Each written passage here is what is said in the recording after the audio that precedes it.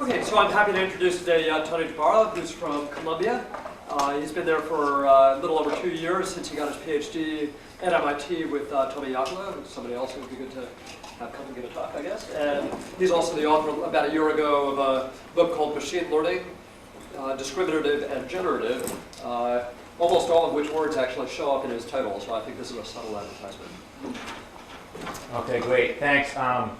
So this is going to be a theoretical talk a little bit where I'm going to be showing some kind of new machinery that's in this book, and really it's been kind of an ongoing effort throughout my thesis and now through my research group at Columbia, where I have a number of students working on these ideas, trying to go to, to the full extent of the models out there. And so this started probably in the mid-90s, and it's still very much an ongoing concept.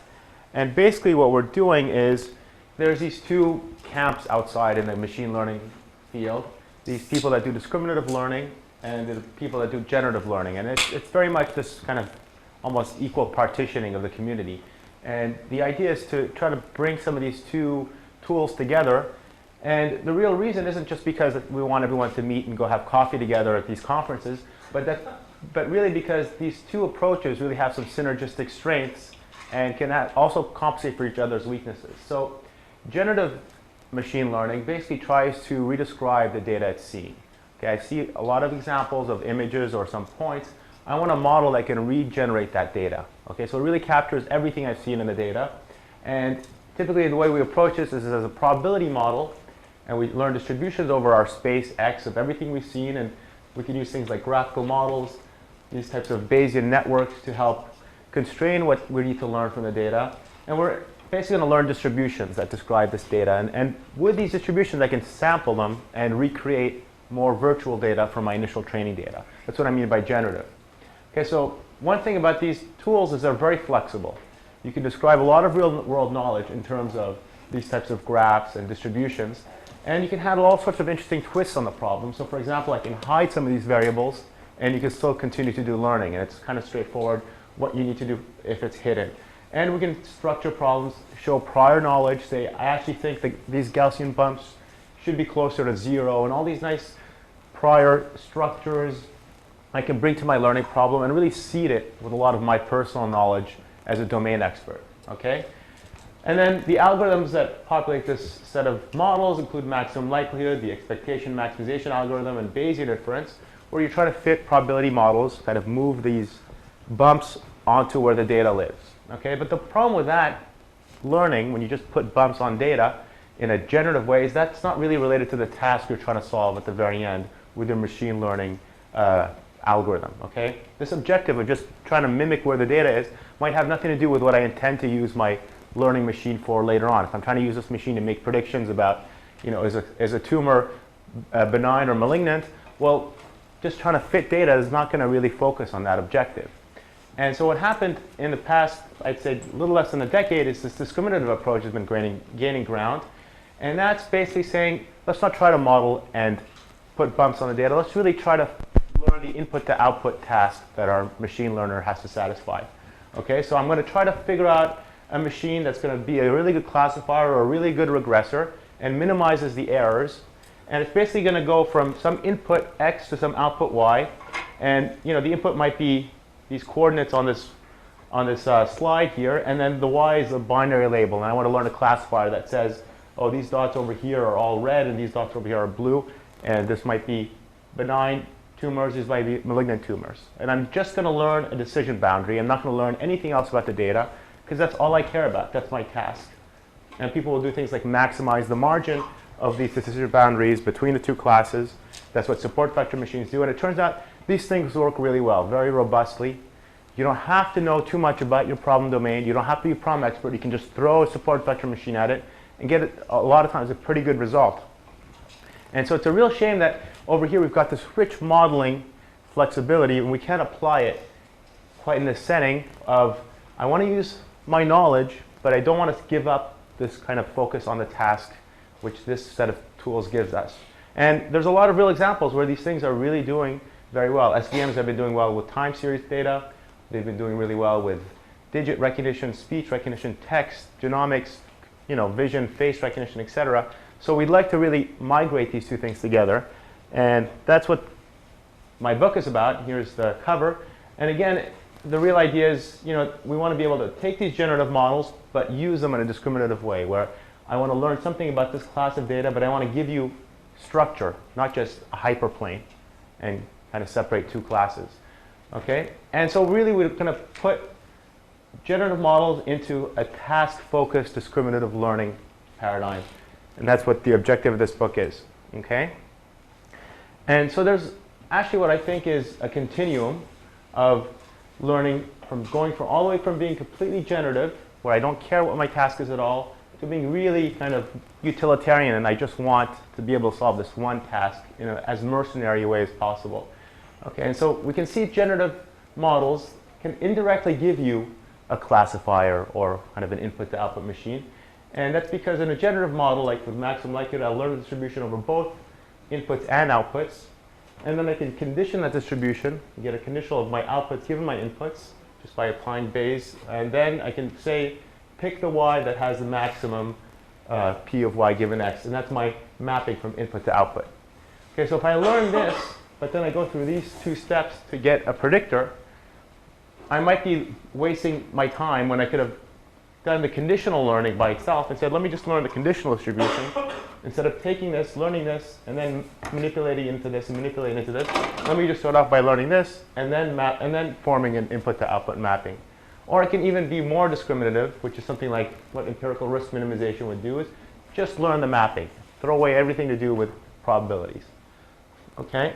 So that's what I mean by this continuum of doing everything or doing just what I need. And then also there's other types of continuums. For example, I can try to fit the data in my training and ignore anything about priors and ignore anything about generalization. Or I can add some prior knowledge to my training data. Or I can do this Bayesian model averaging technique, which says I'm not just going to pick one model that just focuses on my training data and fits perfectly. I'm going to integrate over all possible models. And so this continuum can be seen in also the generative conditional discriminative communities. And in generative, local is just maximum likelihood. Ignore everything else, but you just look at your data. Maximum a posteriori is local plus prior. And then Bayesian inference is this full model averaging. And then we've got conditional versions of these things, maximum conditional likelihood, or maximum mutual information, which is what's used very often to train HMMs. And sometimes you could put it here if the HMMs, the discriminative HMMs are also going to have a prior in addition to getting a good conditional model. And then there's also conditional Bayesian inference, things like, well, we'll get to that in a second. And then there's this discriminative technique, which doesn't have any statistical model underlying it. It's just a mapping. And things like empirical risk minimization, just minimize your classifier's training data error. And then support vector machines, which add a concept of regularization or prior that I like large margin decision boundaries or low VC dimensionalities for my generalization. And then over here, these Bayesian averaging versions, which try to do discriminative things, but average over many models, like Bayes point machines, and what I'll be talking about, which is maximum entropy discrimination. So I'm going to average many models that are discriminative. And this is going to be the tool we're going to use to kind of combine things together. And it turns out maximum entropy, it's a very mathematical approach to learning, but there's so much richness in the set of tools that have been developed over the years in this community. And sometimes problems will almost magically simplify, so the math, it's uncanny how nicely the math sometimes works out. Okay, so let's go back to support vector machines, and hopefully people have already seen this. If not, please forgive me for the kind of math notation, but the idea behind a support vector machines, you're given a bunch of vectors, x1 to xt, and then a binary label for each one. So these are a bunch of dots in the plane, and then a binary. Is it a green dot or is it a purple dot? And then what I want to learn is a discriminant function, which basically takes the coordinates of this x, inner products it with this vector. This is kind of like a slope. Adds a scalar. And if this quantity is greater than 0, then I'll say positive class. If this quantity is less than 0, it's a negative class. So this is just a hyperplane decision boundary. The parameters of it are theta and b, this vector and this scalar. Okay? And what SVMs do is they want to find the hyperplane that puts all the positive points on the positive side and all the negative points on the negative side, but also has the maximum margin. Okay, so not any other in-between hyperplane, the thickest possible margin hyperplane. And the way that's done is you say, I want my discriminant to be positive when my labels are positive, or negative when my labels are negative, minus the margin, which is 1, to be positive. Okay, so I want this quantity to be typically greater than 1, while also minimizing the magnitude of theta, 1/2 theta squared. And that'll give you this hyperplane. And the way you solve this, it's a quadratic cost function with linear inequality constraints. That's just quadratic programming. That gives you the best theta star, this hyperplane. What you're trying to find basically is the minimum of 1/2 theta squared. This theta has a cost. You want the lowest theta, the 0 theta almost, while sticking around this green region, which satisfies all these constraints. So this green region is all these hyperplanes that still are valid. But you want the one with minimum theta. That's this one. Okay, and then you solve this with QB, you get the best answer, but there's nothing statistical here in terms of a probability model, a generative model. You can't easily plug in priors and structure, okay? So what we thought is, let's try to fix this by injecting some kind of probabilistic thinking. Okay, so the support vector machine finds that one and only best hyperplane, theta star.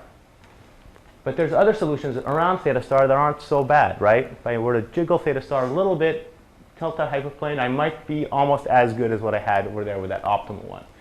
So it might make more sense, instead of giving me back an answer, here's the best hyperplane, to give me a distribution, P of theta, over all possible hyperplanes.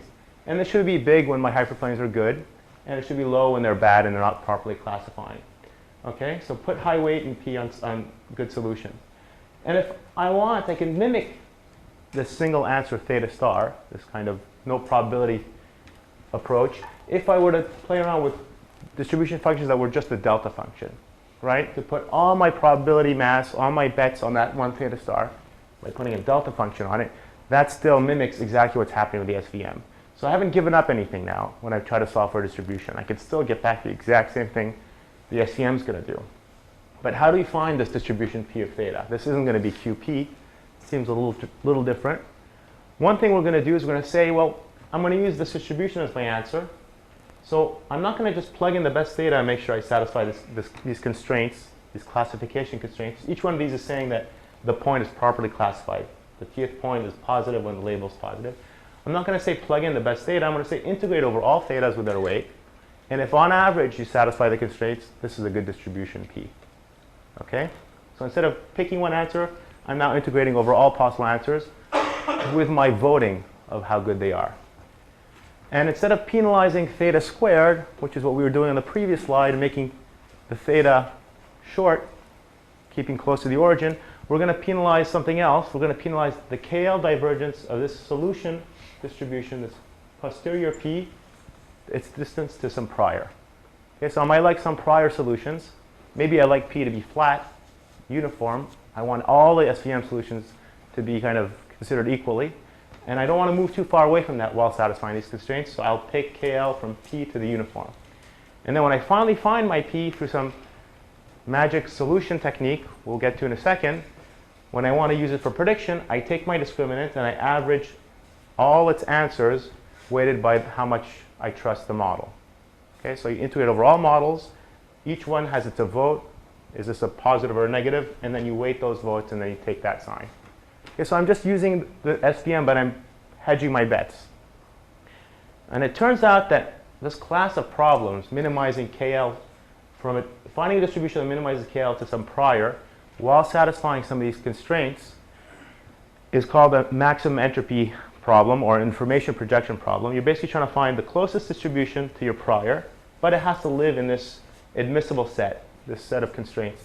You want to make sure that it properly classifies your training data. So this is actually solvable and optimally and globally by maximum entropy theory. And if you were to open up, I forget what page of Thomas and Cover, you'd get this as a solution. This is kind of a classical result that goes back to kind of mid-1900. Okay, so the maximum entropy solution is now the solution for P theta is given by take your prior, whatever you picked you want it to be close to, multiply by the exponentiation of all your constraints that you want it to satisfy, summed with Lagrange multipliers on each one. That's your solution. That's the maximum entropy solution. And you can just write that down. That, if you do the math, will top out. Okay, and these Lagrange multipliers are going to scale each one of these discriminant functions as weights, exponentiate, and then at the end you have to normalize this distribution so that it integrates to 1. That's just a little normalization partition function. Okay?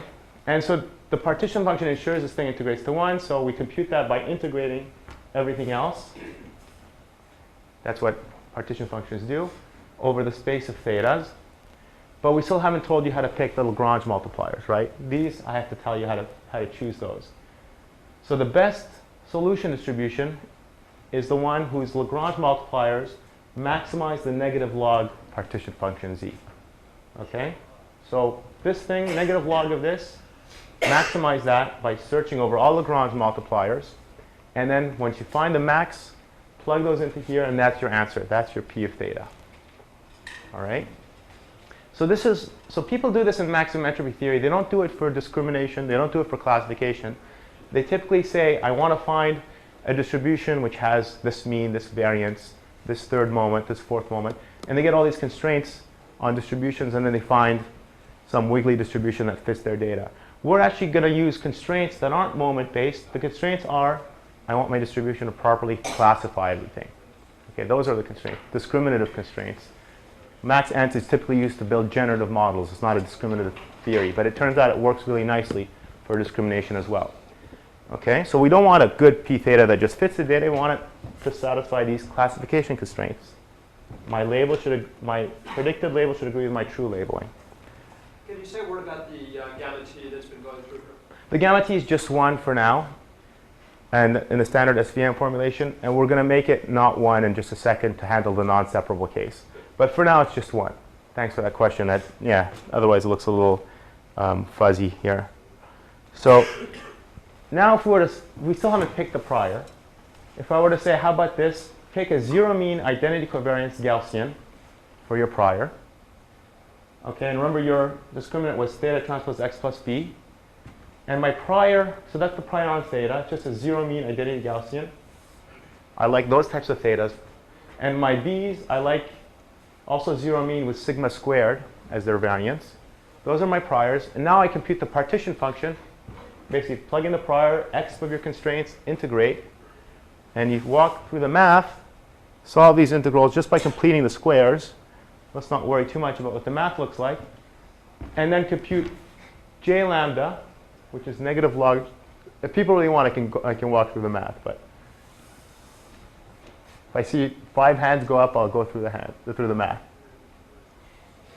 You've been outvoted. Okay. Maybe if there's time at the end.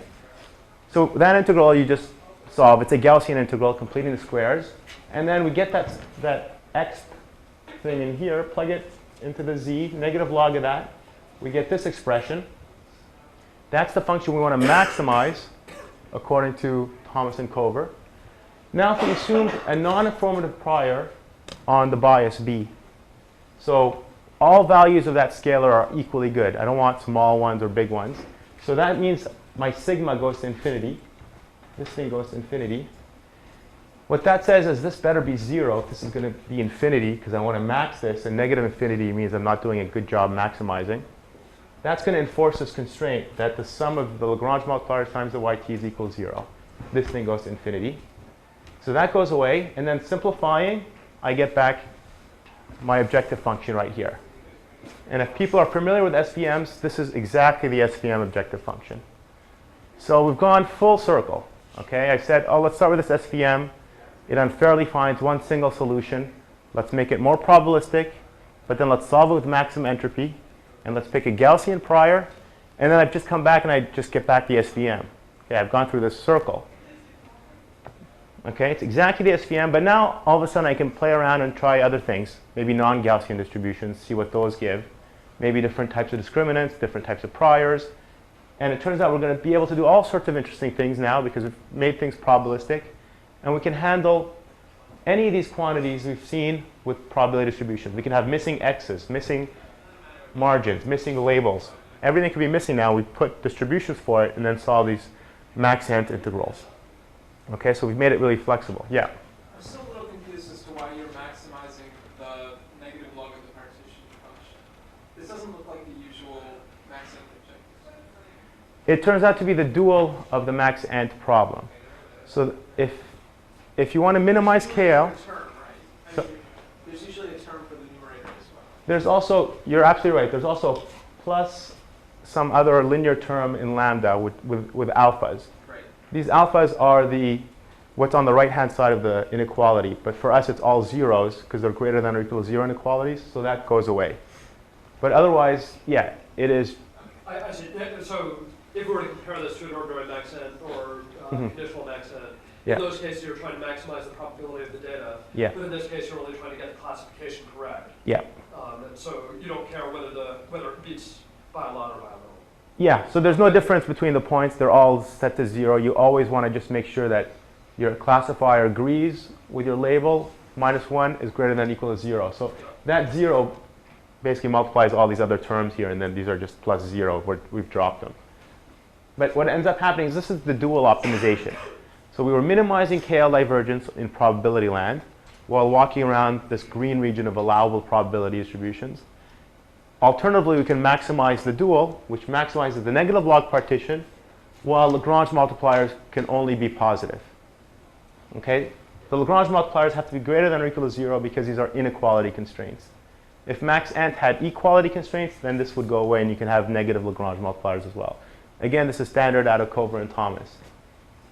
So now we have this kind of maximize a dome versus minimize a bowl dual optimization. Okay, so one quick variation now is we can have bigger solution distributions. Make more things probabilistic, not just the theta, right? So far we said, oh, let's not find theta star, let's make it p over theta. Now we can imagine a p over the margin quantities that were set to 1 before. And that's when the problem is not separable, which allows you to have some incorrect classifications.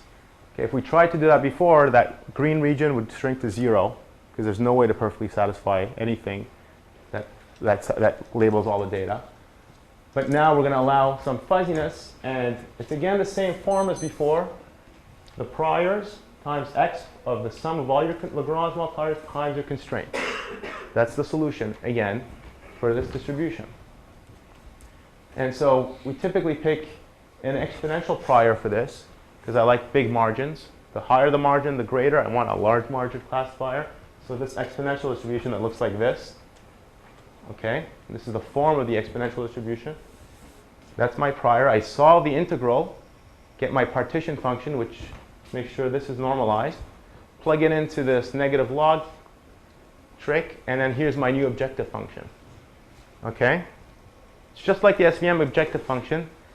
You know, this term is identical, this term is identical, but now we've popped in this new term, which basically prevents these Lagrange multipliers from growing beyond c, where c tells you how quick this exponential grows. And that's just like the SVM. When you have a non-separable SVM, you clamp your Lagrange multipliers. They can't go beyond c. This is a barrier function. You can see that this log is going to blow up if this thing gets to c, because you're going to get 1 minus 1 log of 0, and that's a really bad quantity. It's going to blow up on you. So that's preventing lambda from growing beyond c. Okay, so this is, again, just like the SVM. Slightly different. It's a barrier function, but pretty much gives back identical results. Okay, so now we have kind of a more probabilistic way of modifying SVMs. And again, everything here can be kernelized. I replaced inner products with kernels. So we haven't really lost that other feature of SVMs.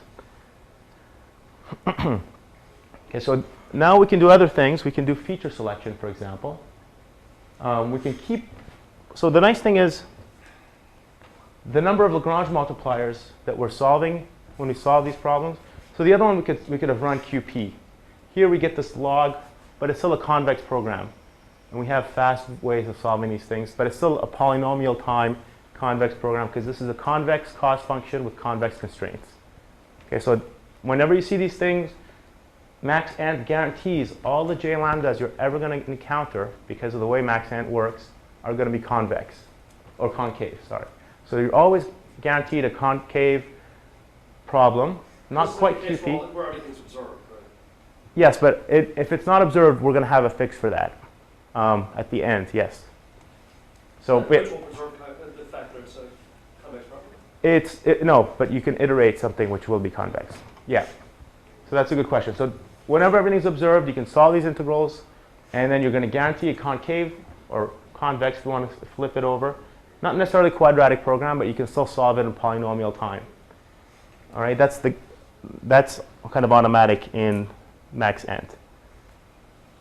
And so again, nothing's changed now. Even though we have a bigger distribution over theta and gammas, we still have the same number of Lagrange multipliers. We have capital T data points, we've got capital T Lagrange multipliers. We're solving for a bigger distribution. This beast is multivariate now instead of just a distribution over theta, but the actual computations I do in the dual space are still the same size. Okay, the distributions that I was minimizing the bowl over are more complicated, but the dome is still the same dimensionality when I maximize in the dual. So now I can keep getting fancier and making more distributional assumptions and growing this distribution at no computational cost, really. One of the things we'd like to do is feature selection, which is really popular with SVMs. If I want to classify this 2D data set, I can learn an SVM which just goes diagonally and splits things pretty nicely between green and purple. But if I tell you you can only use one feature, one dimension, you can either pick to cut this way, splitting green and purple, or you can cut horizontally. You'd prefer the horizontal one because it's got a bigger margin. Okay? And people do this in higher dimensions when you have to pick 50 dimensions out of 10,000. Now to try everything is a huge combinatorial search, but you can imagine now learning a distribution over the features, and then it becomes something, again, solvable through maxent as a convex program in polynomial time. So if I understand right what that means, when you do classification, you're going to consider both vertical and horizontal splits. Yeah. And some you're going to give greater weight to the horizontal splits because they give you a better margin, and your prior doesn't particularly prefer vertical splits. Yeah, our prior prefers the exponentially large margins from before. So if you have to find a subset of features, you're not allowed to use all of them, then you're going to try to get the largest margin ones because you want to get this. You want to get your p closer to the p0, the exponentially large margin prior. Sure. Well, you could also have prior over certain features which a priori you think are helpful. Right? Yes. So you could also. But if that's equal, then you're going to prefer these, but you'll average those in as well. So it's a little bit like random forest, for example, where you look at different features to classify the data, and then you average the results together. Yeah, exactly. So we're going to look at all the different features and average them basically by their prior and how large their margins are, or how exponentially large their margins are. Yeah. So now we're going to have this theta times x plus b model we had before, but now we've got these binary switches. These are scalars, these are binaries. And now I'm going to, instead of finding a distribution over thetas, I'm going to find a distribution over s's and thetas.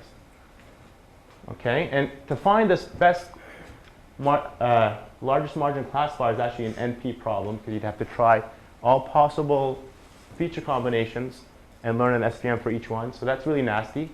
But instead, we're going to try to find a distribution P over the theta and the s, which has binary switches that are zeros and ones. The prior over our switches is just a standard Bernoulli prior, which says the switch is going to be on with probability rho and off with probability 1 minus rho. It's just like a 2-by-1 table. And so then, again, now we want to find the closest distribution to my prior over models, margins, switches that satisfies all my classification constraints, so lives in this admissible set, but is as close as possible in terms of KL to this guy. And all I need to do that, again, is to compute the partition function by making sure I normalize this distribution and find the Lagrange multipliers. Okay, so I want to get something with maybe, if rho is small, very few features, large margins, and a small magnitude theta. So come as close as possible to that, but make sure you still classify your data properly and live in this Ho. So it turns out now that J lambda, when you solve that integral, and you take negative log of it, negative log of Z lambda, this is what you get. Okay? And if rho was equal to 1, we get 1 minus 1, that goes away, plus 1 times e, log of 1 times e, the e and the log and the 1 go away. And I get back something like sum of 1/2 sum of some stuff squared. It's exactly the SVM we had on the previous slide. But when rho is not 1, I'm going to start penalizing using too many features. Okay? Because my prior now is saying only 80% of the features are on, only 30% of the features are on. And again, we have that same constraint And now this is again a concave problem or a convex program, polynomial time to solve this. And we have a fast variant that we use on real data. And so here we've applied this on a UCI dataset problem of classifying sequences as, these are gene sequences, as being introns or exons. These are these different types of signal sequences in DNA. And so these are 60 elements long sequences, 60 letters of A, C, T, or G. We convert that into a binary vector with 4 bits per letter. And then we have 200 training examples and 1,300 testing examples. And if I now learn my theta model, it's a 240-dimensional theta, here are all its values. I just plotted them. When rho equals 1, I get back the SVM, and here's the SVM's theta. And it's basically all the thetas are on. You know, there's all these different weights for every single x. But if I reduce rho, and I say most of my switches are off, my prior is sparse, that solution that pops out of this for these Lagrange multipliers when I use it ends up having a lot of zeros in the model theta. So now I'm basically ignoring many dimensions. I'm not looking at the whole sequence, I'm just looking at parts of it. And in many situations, this actually helps improve classification accuracy. So here's the SVM's performance on this problem. It's about 92.5%. And as I try different settings from rho equals 1, the SVM, to more sparsity, reduce the number of features, I get something about almost half the error because I'm ignoring bad features, aggressively throwing out things that are irrelevant. Yeah? The graph you're showing here in the middle is the maximum posterior classifier. My understanding is you get a whole distribution over different classifiers. You're just showing one of them here. Yeah, so the effective thing you get once you integrate over that distribution is these weights. So once you solve for p theta, that's a good question. Once I solve for p theta, my final decision is this. Integrate with p theta all my discriminants. But usually these integrals come out analytically, and in this case they did, and then they become just different weights for each x. So this is still a linear model over here that just takes each single vector of 240 dimensions and just multiplies it by this weight, this weight, this weight, all the way through here. Are you doing the expected log probability rather than the expected probability? Is that Here it's the expected discriminant under the distribution p theta. So it's not the log probability. It's just the expected. Yeah, I don't understand why it would come out linear, but I guess we should take this offline. Yeah. It must be making a variational approximation here or something. It comes out actually in closed form because the distributions p are usually Gaussian, which means you can solve these expectations easily. So at the end, the p theta I get is a Gaussian, more or less, with some Bernoullis, and you can solve this in closed form. And then you get this weight vector. But the basic idea is you're ignoring all these different zero dimensions. And it's as if no matter what happens with that gene sequence around here, your classifier does not care. It just ignores it. Question back there? Does the fact that you have this form depend on the Bernoulli distribution over SS? Absolutely. So we picked a Bernoulli, and that favors aggressively turning features on and off.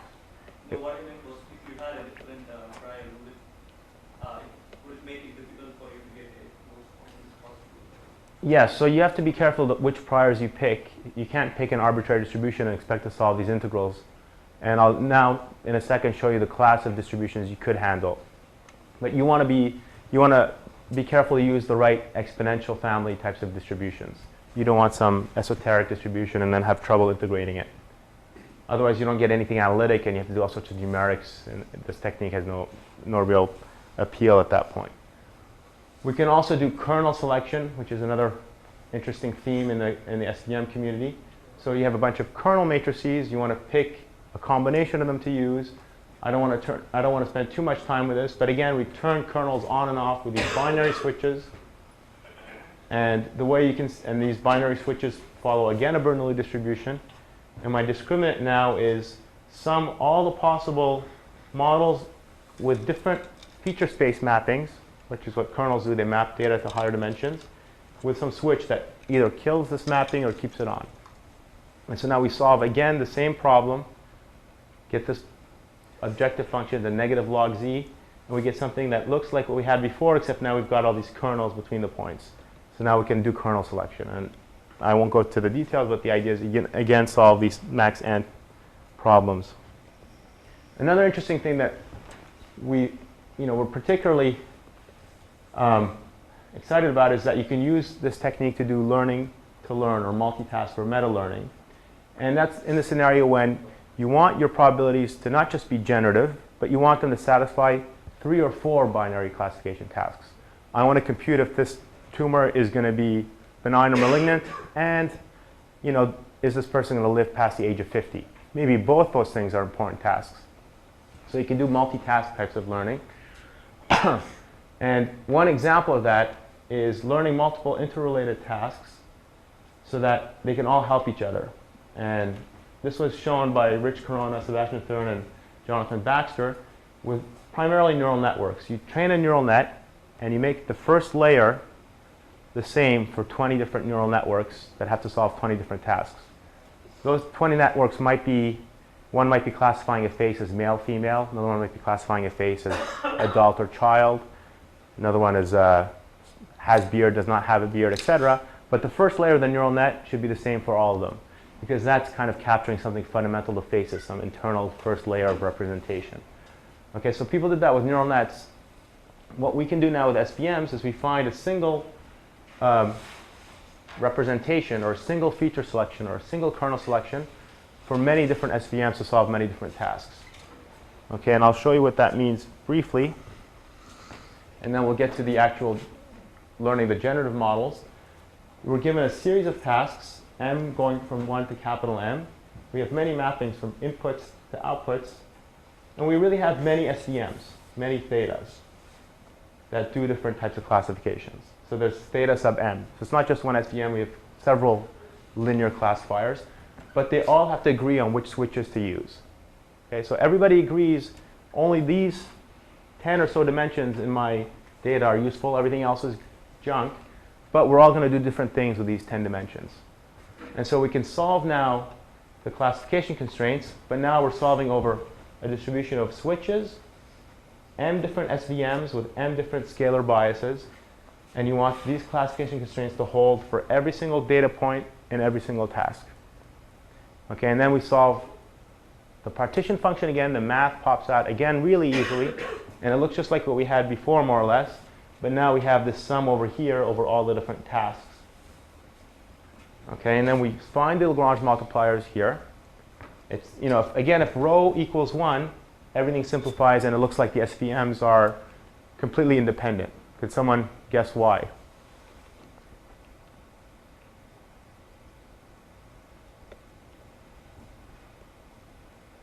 So if rho equals 1, we're using all the features, so it doesn't matter what one SVM is doing in another. They're all learning their own models. But once we can only use 10% of the features, what I use for my model is going to depend on what you use for your model, because we have to share these 10 features we all agree on. Okay, so this couples all the SVMs. Their objective function is now this coupled objective function, and depending on rho, we're going to get different behaviors. So here's an example problem. This is a UCI dermatology data set. We have 200 training examples, 166 testing examples, and 33 features. And there's 6 classes. So we've converted this 6-class problem into 6 binary decisions. Are you in class 1? Yes, no. Are you in class 2? Yes, no, all the way to class 6. And now we said, well, you know what? All these SVMs should all agree on a feature selection, all these 6 binary SVMs. And so now we can do feature selection. Over here, there's no feature selection. It's just an SVM. And all the 6 binary SVMs work completely independently. But then as we start doing feature selection, we're going to improve things because we're ignoring bad features. But if all the SVMs independently find the bad features, you get this error rate. But if all the SVMs agree on one single feature selection configuration for all these 6 binary yes-no problems, then you get a slightly better error rate, because everybody's helping each other to figure out that, you know what, feature 43 is no good because I saw it was no good for my binary task and you saw it was no good for your binary task. So there's some kind of meta learning here. And again, the concept is we're again doing this projection, but now we have M SVMs and all these margins and one set of switches. Okay? And so, okay, so that's meta learning. So now let's go back to learning really true distributions. Okay, so we've shown how you can do this flexible probabilistic learning and handle a lot of these interesting SVM situations, replicate SVMs, do feature selection SVMs, kernel selections, and meta learning. This is all the hot stuff in SVM land. Now we'd like to do distributions, Bayes nets, generative models, the other communities set of tools, okay? So what we're going to do is, instead of doing a hyperplane or a nonlinear decision or a kernel, let's make our discriminant that tells us if we're positive or negative the log ratio of two generative models, okay? So one HMM divided by another. If the positive HMM is larger than the negative one, then we scream out positive class. If it's less, we scream out a negative class. And over here, we're going to be able to put Gaussians, tree distributions, Bernoullis, multinomials, HMMs, mixture models, pretty much anything. And one really interesting thing is if we were to now take this discriminant function and plug it into the SVM framework, which said minimize the theta squared while satisfying the constraints, well, it turns out these constraints are nonlinear. Here's theta squared. We want to minimize that and make a small theta. But now we have these weird nonlinear constraints, and this doesn't result in a convex program. But the MED constraints are expectations over distributions. This is a linear constraint. This is like the inner product of a distribution with another function in theta. So these are always going to be linear constraints, and when we carve up the intersection of many half planes, we're going to always get a convex admissible region and a convex cost function because of KL. So we're always going to have convex programs no matter how wild and nonlinear stuff gets up here and down here. Okay, so that's very important. Sorry. So now let's try different distributions for these two P's, upstairs and downstairs. And in fact, we're going to consider this distribution called the exponential family, which is a family of all the classical distributions out there. And we're going to show that you can solve the discriminative setting of these distributions very easily. All the classical distributions that maximum likelihood practitioners were doing in the 70s and 60s and so on. These are all distributions of the form x, a function of your data, plus your data times your model minus a function of your model. These are the exponential family distributions. They include the Gaussian, the Bernoulli, the multinomial, the Dirichlet, etc. And the nice thing about this family is there's this notion of conjugacy. For each exponential family, it's got its conjugate. And each distribution is self-conjugate. And its conjugate is a distribution over models given data, instead of data given models. And it also has this form of x, but function of model plus model times data minus function of data. Okay, so the interesting thing is these are like log linear models. Okay, when you take the log, there's only linear interaction between model and data. And for the Gaussian is self-conjugate.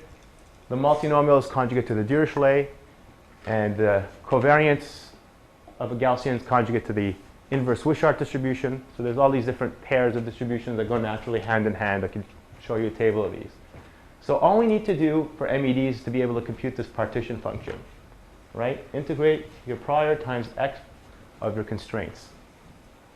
And if we plug in these two forms into here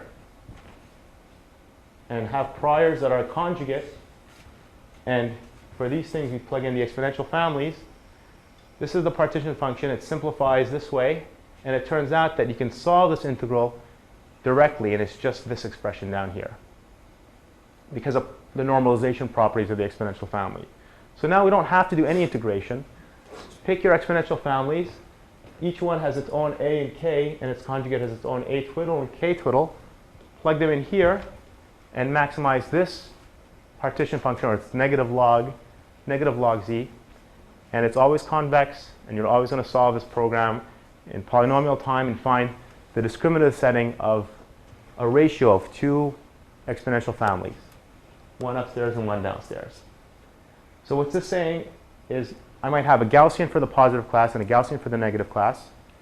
Move them around so that they perfectly classify the data with large margin. That's what's happening. So here's an example.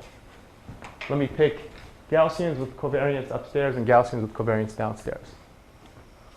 So if I were to do maximum likelihood and somebody gave me a bunch of green dots and said fit a Gaussian to it, I'd find the mean of the green dots, and then I'd fit the covariance of the Gaussian to the covariance of those green dots and draw this kind of isoprobability ellipse for that Gaussian bump right here. And then I do the same for the purple dots above it. And I get this Gaussian. That's what maximum likelihood does. Because it doesn't, the green Gaussian only looks at green points. The purple Gaussian only looks at purple points. Then I try to compute a decision boundary. When is this Gaussian beating this one? And I get this line, and everything above is going to be classified purple. Everything below is going to be classified as green. So maximum likelihood is not doing such a great job here, right? It's making all these errors over here, 4 errors, and maybe 2 extra errors out here as well. But if I were to take this Gaussian and squeeze it a little bit and stretch and pull that Gaussian up, I'd get a perfect decision boundary. And I know I can get perfect decision boundaries because Gaussians, the ratio of 2 different Gaussians, that gives you all sorts of quadratic or circular or ellipsoidal boundaries. And so what we're going to do with the algorithm now is I'm going to come as close as possible to the prior. We're going to say the prior is maximum likelihood. Come as close as possible to it while satisfying the constraints. Here's the maximum likelihood solution. We'll start off here. And as we optimize my Lagrange multipliers, maximizing, what's going to happen is these 2 Gaussians are going to get moved around by MED until it settles down. And one Gaussian is squashed and the other one's pulled and kind of narrowed a little bit. And we're going to get the perfect decision boundary. So we can see this in action. Here it is at the first setting of the Lagrange multipliers. And then it's adjusting them. And eventually it converges to the perfect decision boundary by moving around the 2 Gaussians. Okay, so this might restart. But again, now we can take anything in the exponential family, any 2 distributions, solve them a polynomial time so they give you SVM-like behavior, not this maximum likelihood that just doesn't care who is getting mislabeled and who is getting properly labeled. And here are some example experiments on the UCI breast cancer data set. And the basic thing to look at is here, there's the maximum likelihood Gaussians. On this data set, we've got 10 training errors, 16 testing errors. But if we said, find the max anti-discrimination Gaussians, that drives your training error to 3 and our test error to 8. It's the exact same model, just 2 Gaussians. It's just instead of learning the Gaussians with maximum likelihood, you're learning them with maximum margin. Okay? And it starts to compare with SVMs and even does better than some other techniques. And then as well, we have this UCI CRABS data set. Again, the important thing is maximum likelihood Gaussians versus maximum entropy or large margin Gaussians. We get half the error rate on training and half on testing. Okay, and again, this was easy. This is convex. This is polynomial time. Actually, also efficient. It's not like we're doing brute force search. And this is always going to give you the global optimum. This doesn't have local minima because of convexity of maximum entropy. Okay? So now I'm going to quickly talk about moving beyond the exponential family. And it turns out the exponential family is interesting, but it's this kind of limiting set of classical distributions. In practice, people out in the generative community are doing things like mixture models, mixtures of Gaussians that look like this kind of graph, hidden Markov models that look like these chains with hidden variables representing hidden states. Kalman filters also look like this, or Bayesian networks which have different connectivity as well with hidden variables as well. And all these distributions actually, if they have hidden variables, are no longer in the exponential family. Okay, so we can't apply that equation a couple of slides ago and not do any integrals and just be lazy. We have to figure out what's going on here with these mixture models. And what we mean by mixture models is the probability of the data given the model really involves summing out a hidden variable m of some more complicated distribution, which might be itself in the exponential family. So these are mixtures of exponential families. And these things are nasty even if you want to do maximum likelihood. You can't just take derivatives and set to 0. It's not an easy thing. You have to do this EM algorithm because these things are intractable when they're mixture models, even for maximum likelihood. And what EM does is this iterative algorithm. It's going to converge, but we don't know how many steps. It's not polynomial time.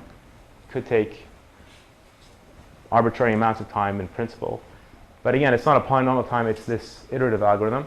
What it's really doing is it's applying Jensen's inequality to the log likelihood, simplifying it with this Jensen inequality, and iterating that simpler problem. So Jensen's inequality goes back to the early 1900s, I think 1906.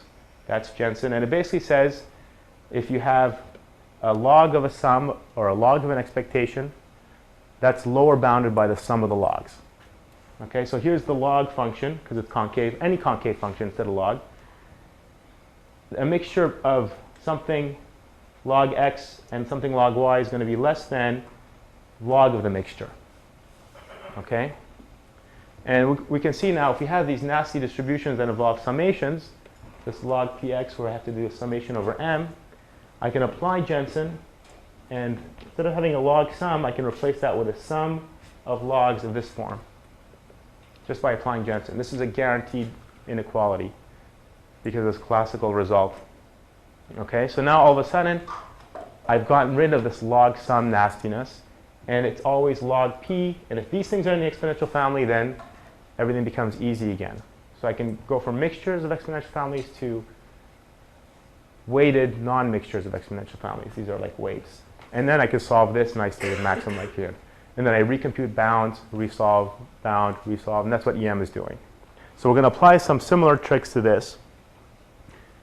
But first, let's see what EM does. Okay, maximum likelihood or EM, that can also be really bad. Here's an example of some red dots here and here, and blue dots here and here. Red dots, blue dots, blue dots.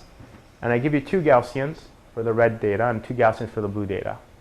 Maximum likelihood says take the red data and fit it with the red Gaussians. Take the blue data and fit it with the blue Gaussians.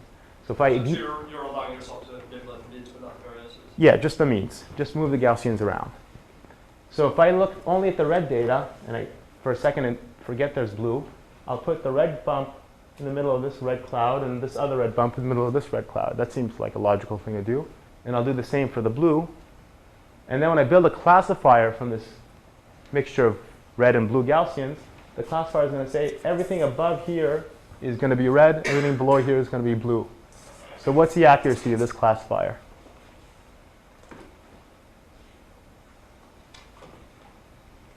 It's just random guessing. It's completely useless. But if I were to put the red Gaussian here, blue Gaussian, red Gaussian, blue Gaussian, the same model, I get almost perfect classification accuracy, maybe 90-something, with the exact same model. So again, using this interesting generative model without being discriminative doesn't give you very good performance over here. But you can make it give you good performance if you cared about the classification task. And I know some people are going to say, well, yes, Tony, that's nice, but this really should have been 8 Gaussians. Why don't you use 8 Gaussians? That's not the right generative model. But again, we never know the right generative model. You know, how do I produce speech? Well, it's not really an HMM. It's a guess. We typically guess our structures, and we want to find the best possible parameter settings for them. Another thing is this really is 4 Gaussians, blue, red. Think about some experiment where there's 4 different levels of some gene expression, but you've got 2 different lab assistants.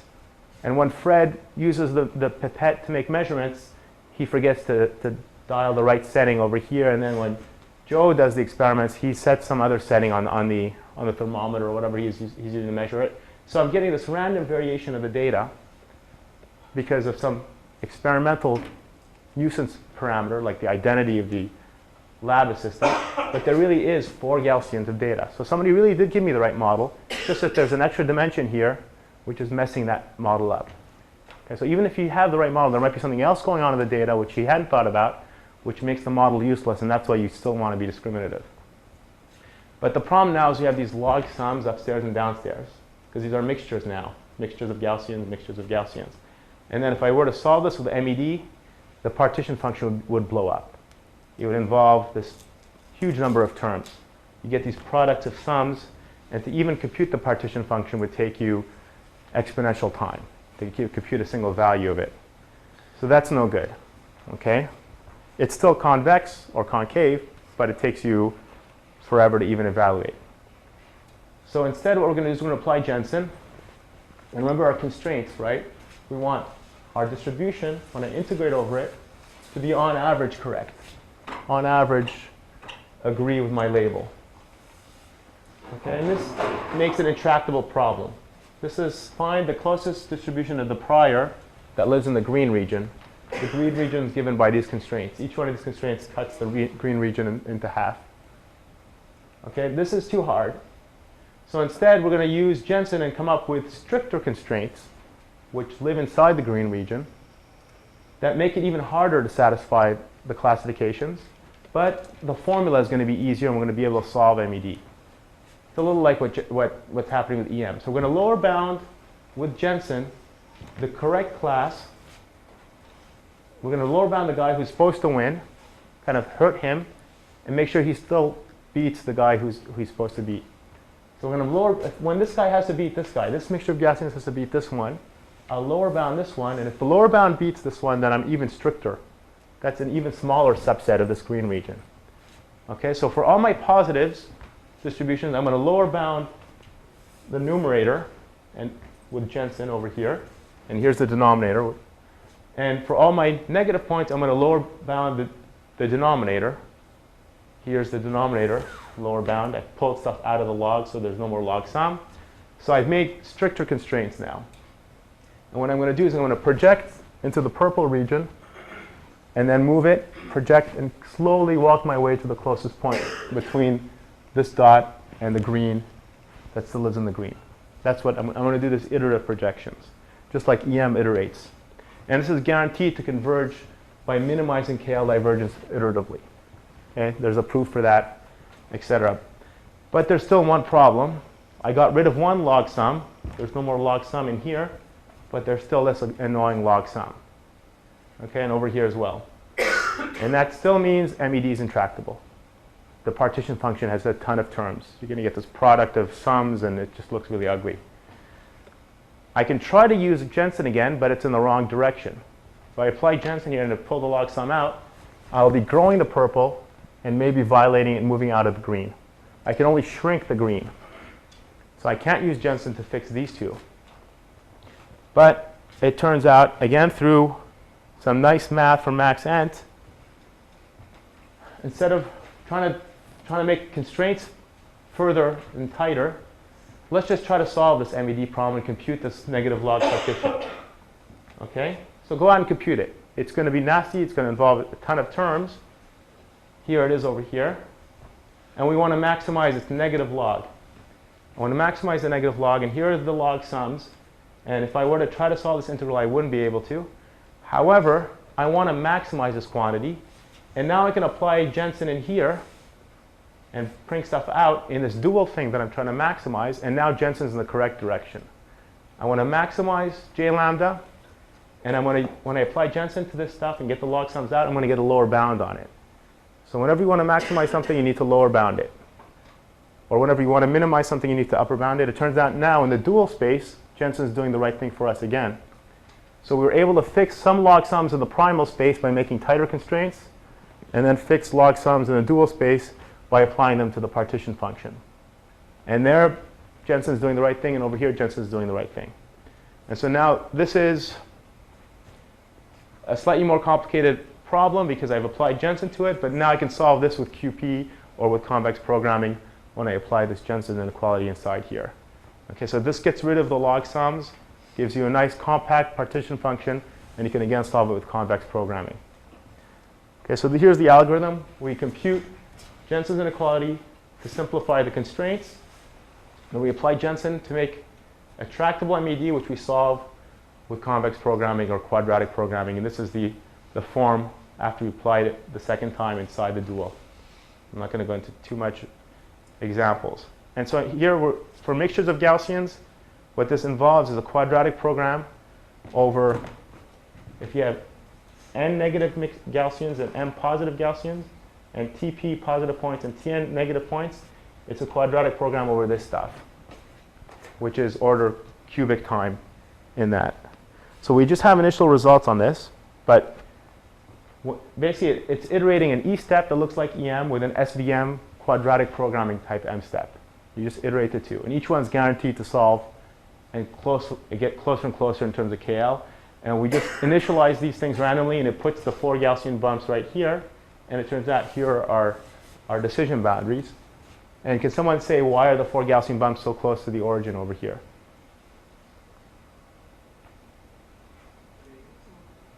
So their variances are the same. That's a good answer. It's actually that their mixing proportions are funny. And remember, we wanted to minimize theta squared for all our models. That wants everything to be close to the prior, and our prior for the Gaussians was a zero mean Gaussian over here. So this actually turns out to be the closest to the origin location of 4 Gaussians, and they're kind of stacked on top of each other. Your prior was itself a Gaussian. Your prior over Yeah. the means was itself a Gaussian. Our prior over the means was Gaussian, close to the origin.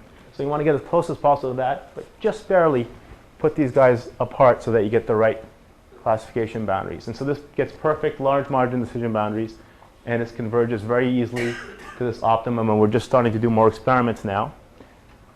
And now we're also able to apply this to more complicated problems like graphical models and HMMs, and I'll quickly talk about this because we're running low on time. So one of the issues is the number n is huge for graphical models.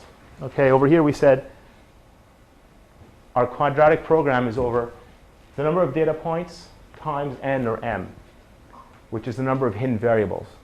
N was the number of mixture of Gaussians in the negative, m is the number of mixtures of Gaussians in the positive. Here there's just one little binary hidden variable for each thing. So n equals 2, m equals 2. This is fine.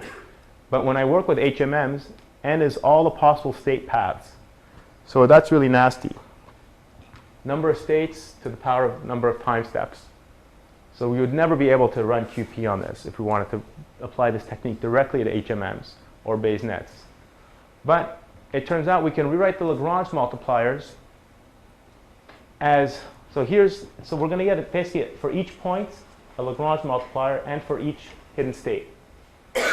That's what's happening with this QP for the iterative MED. Lagrange multiplier for each point and each hidden state, and there's many different settings of these states, this huge trellis. But it turns out it's not just, number of data points times the exponentially large state space. It turns out these things simplify into pairwise tables, these Lagrange multipliers that satisfy these constraints, that if I sum the Lagrange multiplier over these pairs of states, I get back a marginal Lagrange multiplier.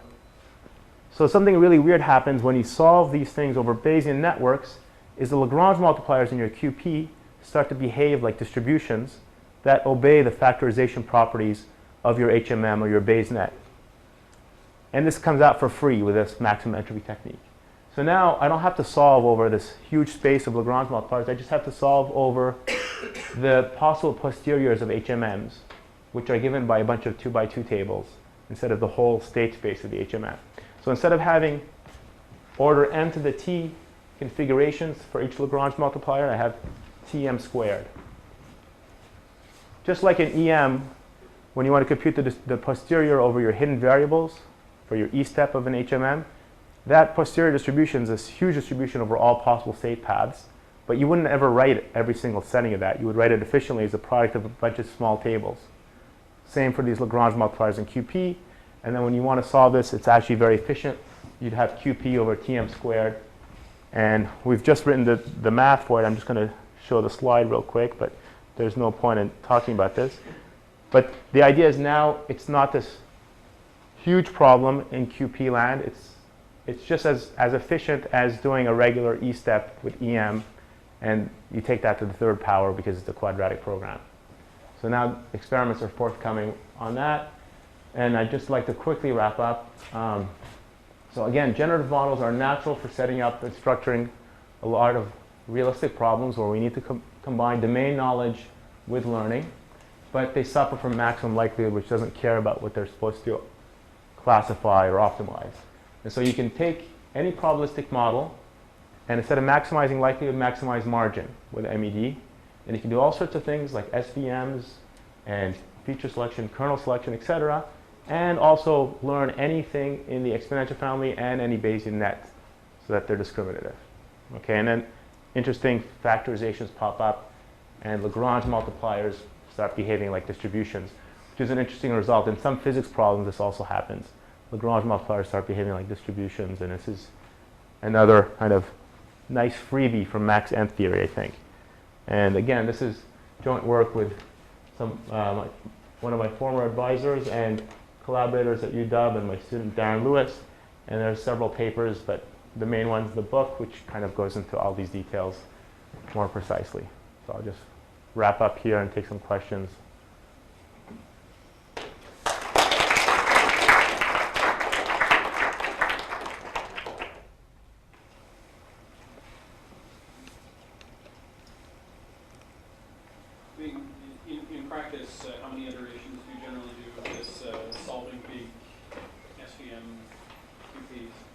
So for that mixture model example, that converges in about 20 QPs.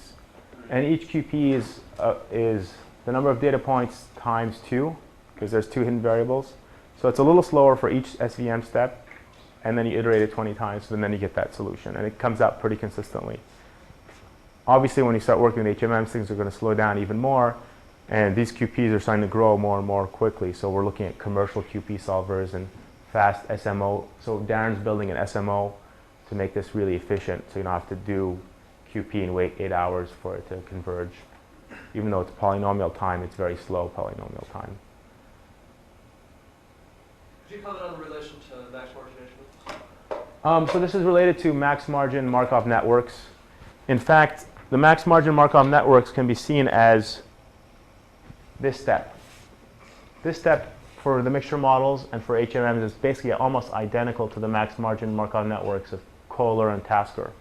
What we have to do is interleave that step with this E step that makes smaller purple regions and iterate it. But this thing, once you can solve this machinery for any Bayes net, it would also apply, because you wouldn't have to, these distributions Q, you wouldn't have to use EM to get them.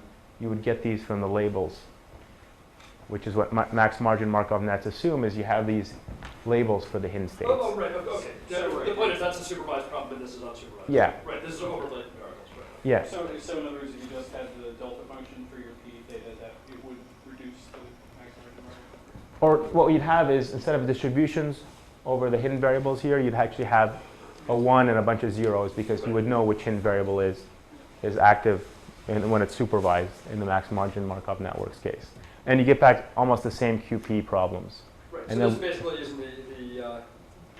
that technique is the M step. Yeah. This technique, yeah. So the Kohler and Tasker technique is basically our M step, and our E step is the regular E step from EM. Yeah. And should that have been obvious? Should it have been obvious ahead of time that that would work, or? Well, not really, because we derived this all from max ant theory, and we got a very similar result that they did from purely kind of an optimization approach. So max ant gives you all these derivations almost for free, and things solve nicely because it's, I think, one of the right frameworks for really handling distributions. But it wasn't obvious to us. We didn't know that this would be at all solvable when we first integrated. We thought we'd have to do something really annoying or not quadratic programming for this M step. But it turns out it is just an M step with QP.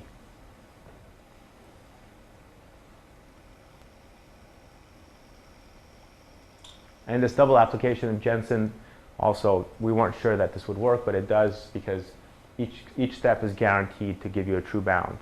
So it's not like we're doing approximations or gradients or local things or sampling. It's guaranteed variational bounds and guaranteed lower bounds. Could you go back for just 1 second to the conclusion slide? Mm-hmm. So I had the impression that bullet 2 and bullet, bullets 2 and 3 were one half of the talk, whereas bullets 4 and 5 were a different half of the talk, and the two were sort of motivated at the same place, but they're different ways of combining discriminative and generative models. Is that right? Exactly. So here we're really trying to make discriminative problems easier by adding some probabilistic concepts to them. Like, oh, I don't know, this variable looks too complicated to optimize over.